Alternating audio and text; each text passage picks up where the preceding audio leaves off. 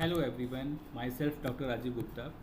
I am taking a lecture series on paper solutions of organic chemistry. This paper is Sardar Patel University external exam paper. The year is 2018.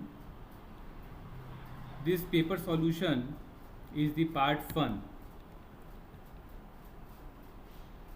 The first question is carbon atom number 3 in 2R4S dihydroxypentane is. The first option is prochiral, the second option is pseudochiral, the third option is stereogenic and fourth option is acheirotopic. So हमको इसमें ये बताना है कि जो third number carbon atom है pentane carbon chain में 5 membered carbon chain में जो थर्ड नंबर कार्बन एटम है उसकी नेचर क्या है, स्टीरियोकेमिकली उसकी नेचर क्या है, प्रोकिरल है, स्यूडोकिरल है, स्टीरियोजेनिक है या एकाइरोटॉपिक है। तो सबसे पहले हम इस मॉलिक्यूल का स्ट्रक्चर ड्रॉ कर लेते हैं। तो अगर हम इसका फिशर प्रोजेक्शन ड्रॉ करें तो इस मॉलिक्यूल में टोटल 2 किरल सेंटर हैं और बीच वाला जो कार्बन है उसके बारे में हमको बताना है कि वो क्या होगा। दिस इज मिथाइल ग्रुप, यहाँ पे मिथाइल ग्रुप, यहाँ पे ये दोनों के दोनों हाइड्रोजन एटम्स और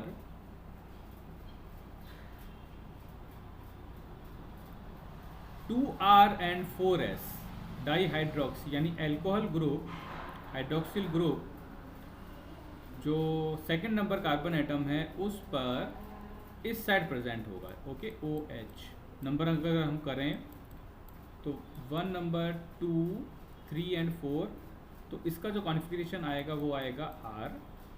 और यहाँ पर अगर हम देखें तो अगर S रखना है हमको तो हम ये रखेंगे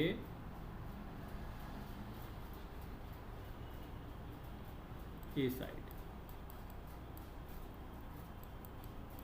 1 2, okay, 1 2 3 and 4.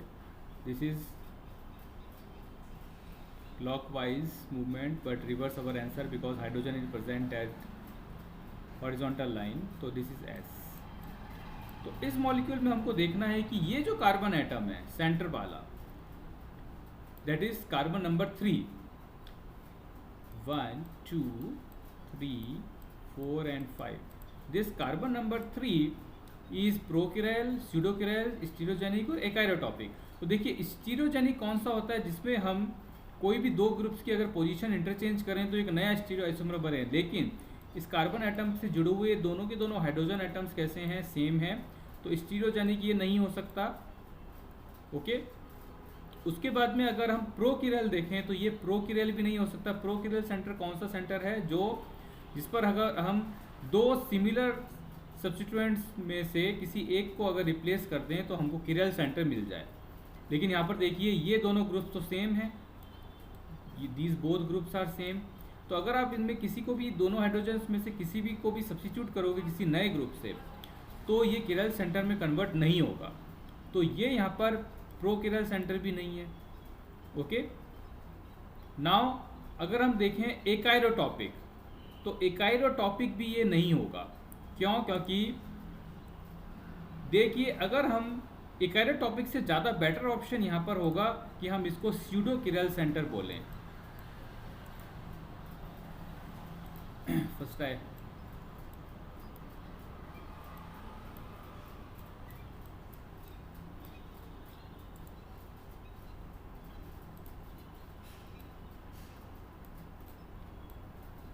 तो यहाँ पर इस कार्बन एटम में देखिए अगर आप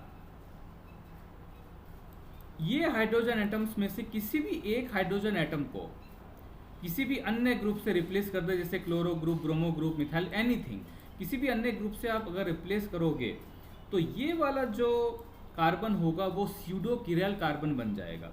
और स्यूडोकिरल कार्बन कौन सा कार्बन एटम होता है जो कि जिसके कि चारों ग्रुप्स डिफरेंट नहीं होते, मतलब 2 ग्रुप्स जो हैं वो डिफरेंट होंगे और 2 अन्य ग्रुप्स जो बचे हुए ग्रुप्स हैं वो सेम होंगे, लेकिन उन दोनों सेम ग्रुप्स का जो कॉन्फ़िगरेशन है वो डिफरेंट होगा। यानी एक का R होगा तो दूसरे का S होगा। तो इस तरह का जो सेंटर होता है, कार्बन होता है, जो साइट होती है, उसको हम स्यूडो किरेल कार्बन कहते हैं। तो इसमें जो करेक्ट आंसर आएगा that is second answer, that is pseudo chiral.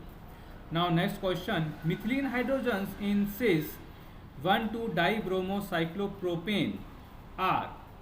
तो सबसे पहले हम 1,2 सिस 1,2 डाइब्रोमोसाइक्लोप्रोपेन का स्ट्रक्चर ड्रॉ कर लेते हैं। So this is the structure of this, जहाँ पर कि दोनों की दोनों ब्रोमीन एटम सेम साइड में होंगे, सेम पोजीशन पे होंगे, क्योंकि ये सिस आइसोमर है इसका। दोनों की दोनों ब्रोमीन एक साइड में, यहाँ पर ये हाइड्रोजन्स हो गए। तो यहाँ पे क्या पूछा गया है, methylene hydrogens in this compound are, तो उनके बीच में हमको टॉपिक रिलेशन बताना है। मिथिलीन हाइड्रोजन्स, तो यहाँ पर मिथिलीन हाइड्रोजन्स कौन से हैं, ये वाले hydrogens. This is CH2 group, hydrogen and hydrogen, this is CH2 group. तो CH2 ग्रुप में अगर हम नाम देते हैं HA एंड HB, दोनों हाइड्रोजन्स को HA और HB से बताएं, तो इन दोनों हाइड्रोजन्स के बीच में या इन दोनों लिगेंड्स के बीच में हमको टॉपिक रिलेशन यहाँ पे फाइंड आउट करना है।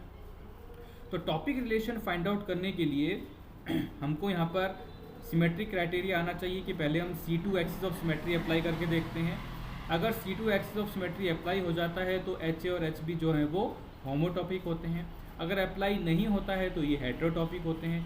और हेटेरोटॉपिक के अंदर फिर हम प्लेन ऑफ सिमेट्री चेक करते हैं। अगर प्लेन ऑफ सिमेट्री अप्लाई होता है तो वो एनिसोटॉपिक होते हैं, और प्लेन ऑफ सिमेट्री अप्लाई नहीं होता है तो फिर वो डायस्टेरियोटॉपिक होते हैं।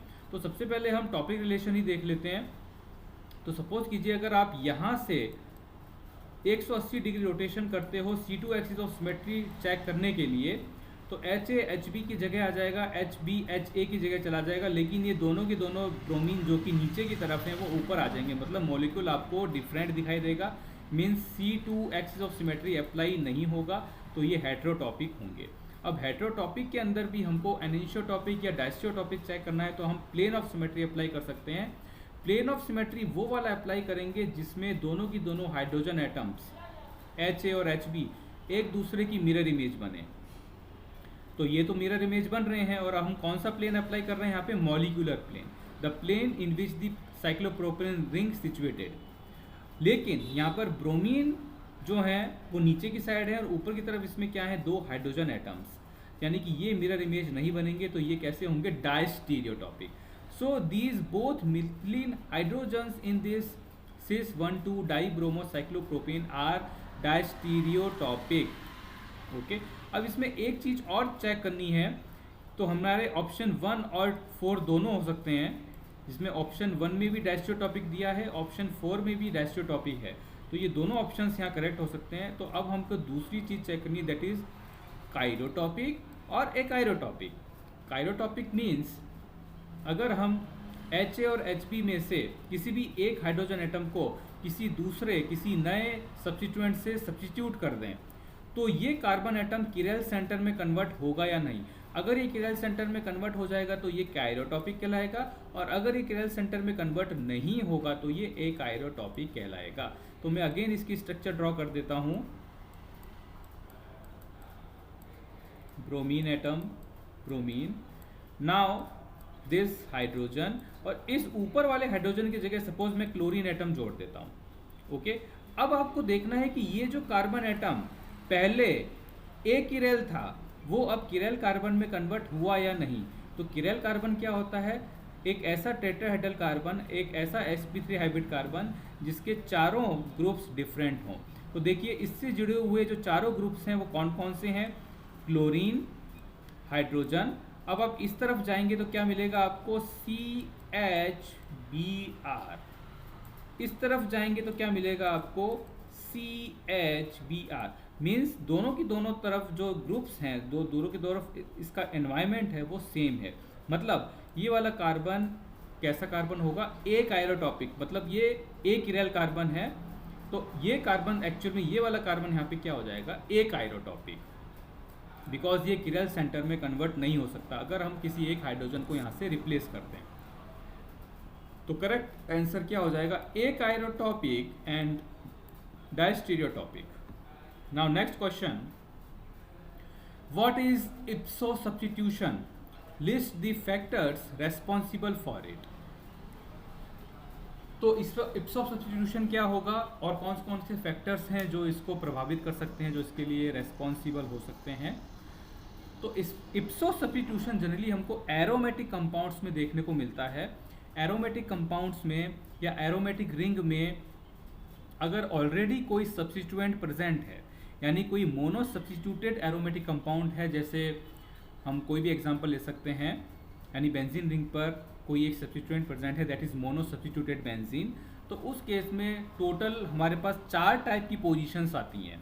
एरोमेटिक रिंग के ऊपर 4 टाइप की पोजीशंस आती हैं. एक तो पोजीशन है ortho position, Meta position, para position और इप्सो position.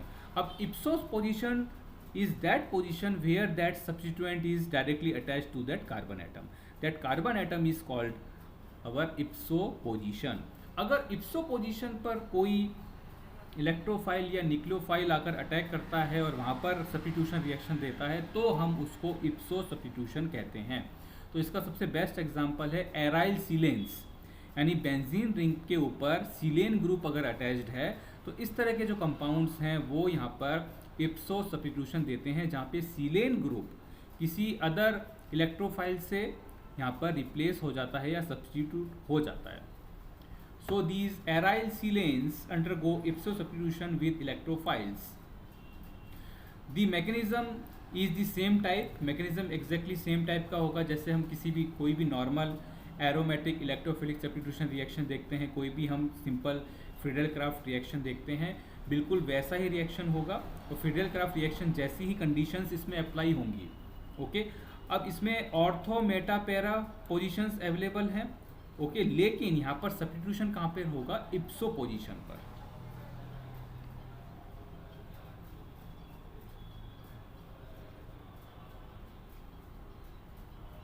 There is just one rule. The silyl group is replaced by the electrophile at the same atom on the ring. यानी इप्सो पोजीशन पर या उस साइड पर जहाँ पर डायरेक्टली सिलाइल ग्रुप अटैच्ड है, वो सब्स्टिट्यूएंट अटैच्ड है, वो यहाँ से रिप्लेस होगा. इसी को ही हम यहाँ पर इप्सो सब्स्टिट्यूशन कह रहे हैं. This selectively comes from the same principle as those used for ordinary aromatic substitution. The electrophile reacts to produce the most stable cation. जैसा कि हम नॉर्मल एरोमेटिक इलेक्ट्रोफिलिक सब्स्टिट्यूशन में देखते हैं कि इनकमिंग इलेक्ट्रोफाइल वहाँ पर अटैक करता है, उस पोजीशन पर अटैक करता है, एरोमेटिक रिंग की उस पोजीशन पर अटैक करता है जहाँ से बनने वाला intermediate sigma complex most stable form में बने, यानी मोस्ट स्टेबल इंटरमीडिएट का फॉर्मेशन हो. तो यहाँ पर इलेक्ट्रोफाइल एक्चुअल में इप्सो पोजीशन पर इसलिए अटैक कर रहा है, इसलिए ऐड हो रहा है क्योंकि इससे बनने वाला कैटायन या इससे बनने वाला जो व्हील एंड इंटरमीडिएट है वो सबसे ज़्यादा स्टेबल होगा. किसके कंपेयर में? ऑर्थो मेटा पैरा सब्स्टिट्यूशन के कंपेयर में. So here the silicon atom is directly attached to this carbon atom.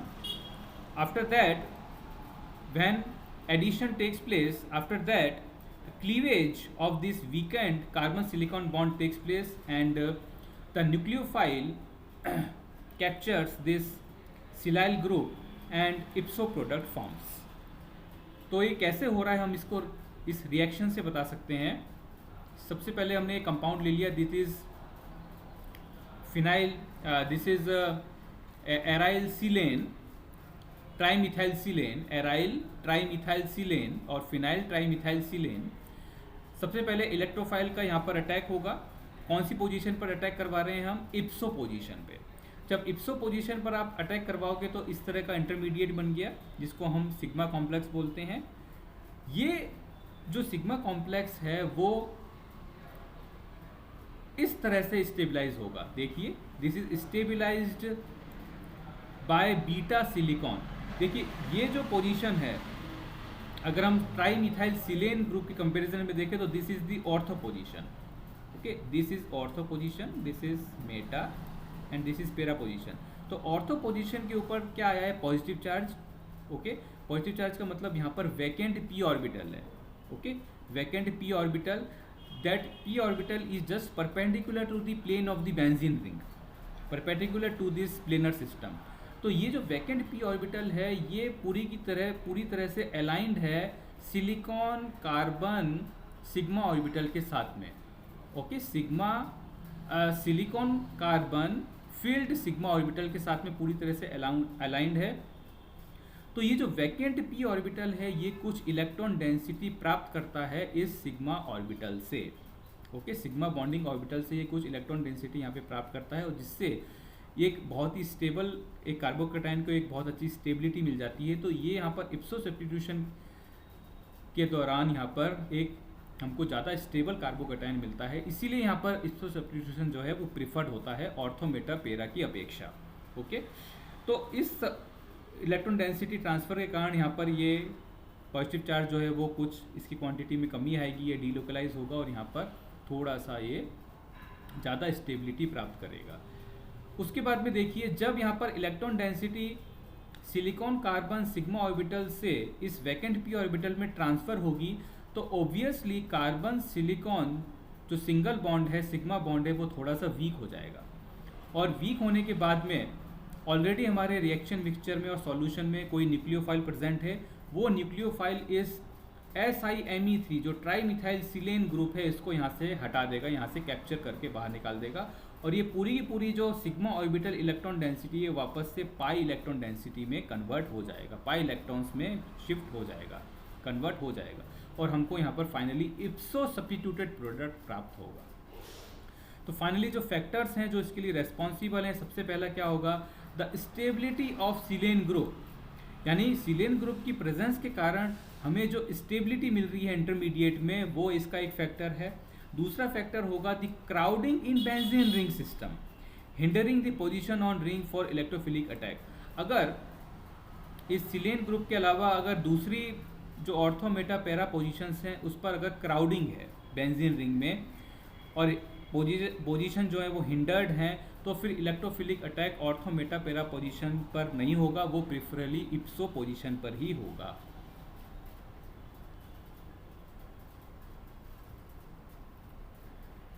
तो ये डिस्क्रिप्शन था इन दो क्वेश्चंस, दो MCQ क्वेश्चंस और एक शॉर्ट क्वेश्चन। इसके बाद में जो नेक्स्ट पार्ट है वो मैं नेक्स्ट लेक्चर में डिस्कस करूँगा। Now so thank you for listening this lecture.